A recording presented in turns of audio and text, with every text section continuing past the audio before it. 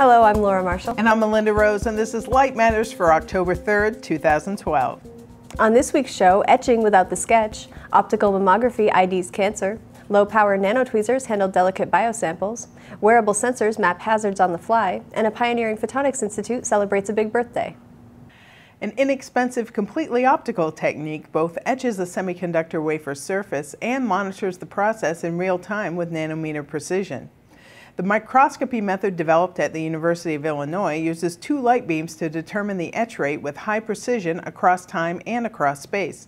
The light also acts as a catalyst for the etching process.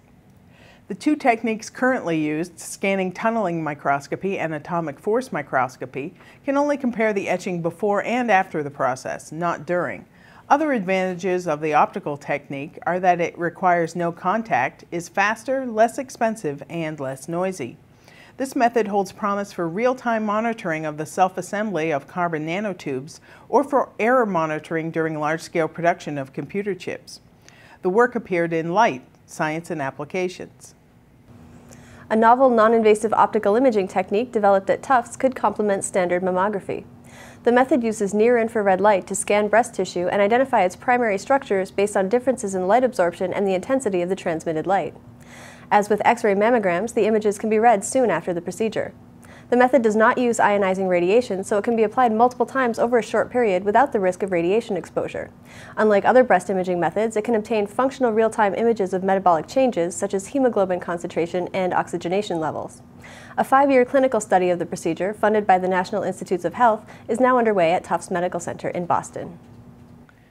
Using 100 times less power than a standard laser pointer, optical tweezers can trap, manipulate, and analyze nanoparticles, including delicate biological samples.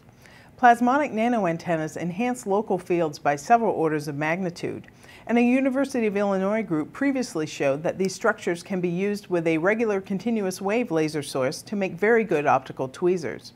They've now shown that the near-field optical forces can be enhanced even further without doing any extra fabrication by simply exploiting the high peak powers associated with using a femtosecond optical source.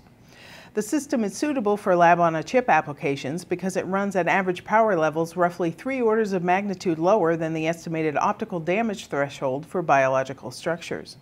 It allows the probing of the nonlinear optical response of trapped specimens, enabling studies of in vitro fluorescence-tagged cells or viruses using a single line for trapping and probing rather than 2 or more laser lines. The research appeared in scientific reports. A wearable sensor system that includes a stripped-down gaming camera and a laser rangefinder could give emergency responders a boost by digitally mapping hazardous environments on the fly. Developed at MIT, the device builds on previous research into systems that let robots map their environments. The machine's sensors wirelessly relay data to an off-site computer, allowing observers to watch the map's creation as the wearer maneuvers through a space, in this instance, the halls of an MIT building. The prototype, worn on the chest, includes a simplified Microsoft Kinect camera and a laser rangefinder. Wearers can annotate the map using a handheld push button attached to the sensor. In the prototype, it simply designates points of interest, but the developers envision a future system that will add voice or text tags so emergency responders can mark structural damage or toxic spills. The work will be presented this month at the Intelligent Robots and Systems Conference in Portugal.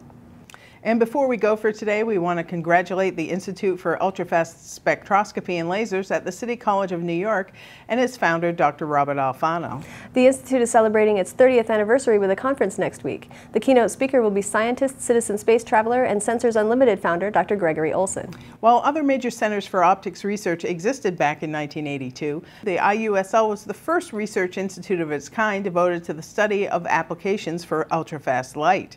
Some of the areas studied at the Institute now include biophotonics and optical, laser, and solid-state physics. Well, that's it for this edition of Light Matters, Photonics Media's weekly newscast. We'd like to hear from you. Tell us what you like or don't like about our program. We welcome your comments and suggestions at lightmatters@photonics.com. You'll find links to share and subscribe to Light Matters by clicking the Share with Friends button on our video player. Thanks for watching, and we'll see you next week.